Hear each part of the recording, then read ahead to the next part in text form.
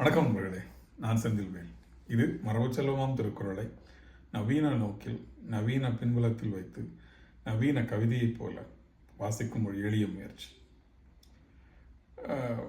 இந்த அதிகாரத்தில் பெரியோரை பிழையாமை பார்த்துட்டு இருக்கோம்.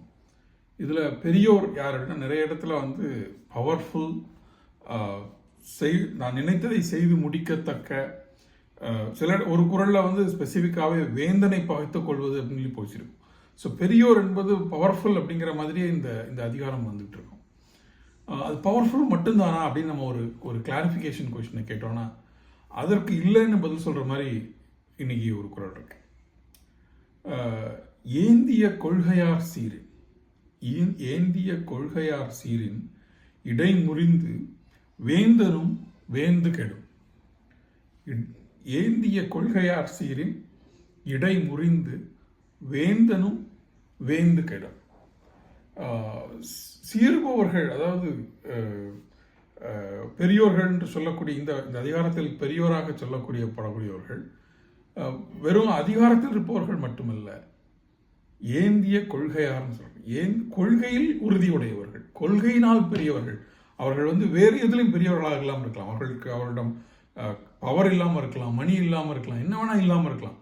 ஆனால் அவர்களுடைய கொள்கையால், அவர்களுடைய அறத்தினால் அவர்கள் உயர்ந்தவர்கள். அப்படின்னா, ஏந்திய கொள்கையார் சீரின் இடைமுறிந்து வேந்தனும் வேந்துபடும். ஒரு மிகப்பெரிய வேந்தனும் கூட அவர்கள் முன்னால் மண்டியிட வேண்டியிருக்கும். ஏனென்றால் அவர்கள் கையில் ஏந்தி இருக்கக்கூடிய அறம் அதைவிட மிகப்பெரியது.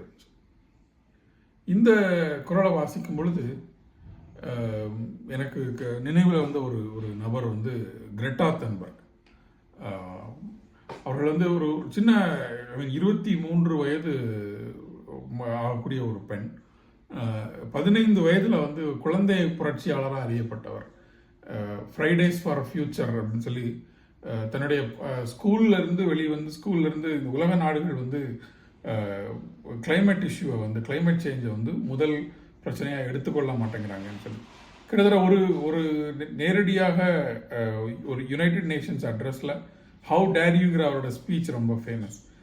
நேரடியாக உலக தலைவர்களை ஹவு டேரியூன்னு கேட்டு, எப்படி நீங்கள் எங்களுடைய தலைமுறைக்கு நீங்கள் பெரிய அநியாயத்தை செய்றீங்க, நீங்கள் விட்டு சொல்லக்கூடிய இந்த கிளைமேட் சேஞ்சுங்கிற குப்பையை நாங்கள் தான் அள்ள வேண்டியது இருக்கோம், அதனால் மிகப்பெரிய தவறை செய்கிறீங்கன்னு உலக தலைவர்களை சுட்டி காட்டி ஒரு 15 வயது பெண் பேசுகிறாள்னா, அது அவளுடைய அவளுடைய அறம், அவளுடைய உரம் ரெண்டுமே ஏந்திய கொள்கையாகிற வார்த்தைக்கு ரொம்ப பொருத்தமாக வந்த மாதிரி தோணுச்சு எனக்கு.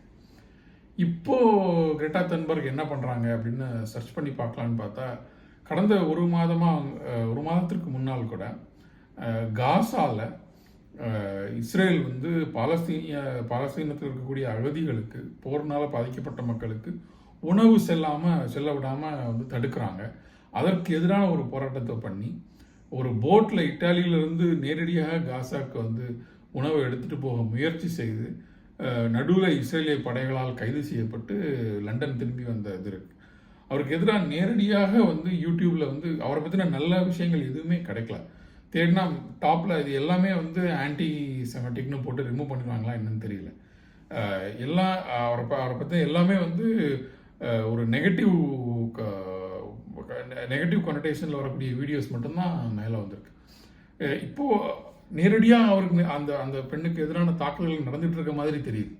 அவருடைய எப்படியாவது அவருடைய புகழை குறைக்கணும், எப்படியாவது அவங்கள ஒரு பெரிய ஆளாக ஆக்கிடக்கூடாதுன்னு டைம் மேகசின் சொன்ன 100 பவர்ஃபுல் மனிதர்களில் ஒரு மனிதராக லிஸ்ட் பண்ணப்பட்ட கிரெட்டா. ஆனால் அவளுடைய அறத்தில் மேலே நிற்கிற மாதிரி தான் தெரியுது. இந்த மாதிரி போராட்டம் செய்யக்கூடிய மனிதர்களை சமகாலம் எப்போதும் அவர்கள் மேலே கரைகளை போட்டுக்கிட்டு தான் இருக்கும். காலங்கள் தாண்டினாதான் அவங்க யாருன்னு நமக்கு தெரியும். ஆனால் அவர்களுடைய அறத்தினாலே, நாமெல்லாம் ஒவ்வொரு நாளில் நம்ம வாழ்க்கையில் எத்தனை நிமிஷங்கள் அறத்திற்காக செயல்படுறோம். வெறும் ஒரு மிக எளிய வாழ்க்கையை வாழ்ந்துக்கிட்டு நம்முடைய வயிற்றை மட்டும் பார்த்துட்டு தானே இருக்கோம். பட் இதை பார்க்காம, தன்னுடைய வாழ்க்கையை முன்னிறுத்தாமல் உலகத்தை முன்னிறுத்தணும்னு நினைக்கக்கூடிய அந்த இளம் பெண்ணினுடைய குரல் இந்த குரலுக்கு ரொம்ப பொருத்தமானதுன்னு நினைக்கிறேன். ஏந்திய கொள்கையார் சீரி இடைமுறிந்து வேந்தனும் வெந்துபடும்.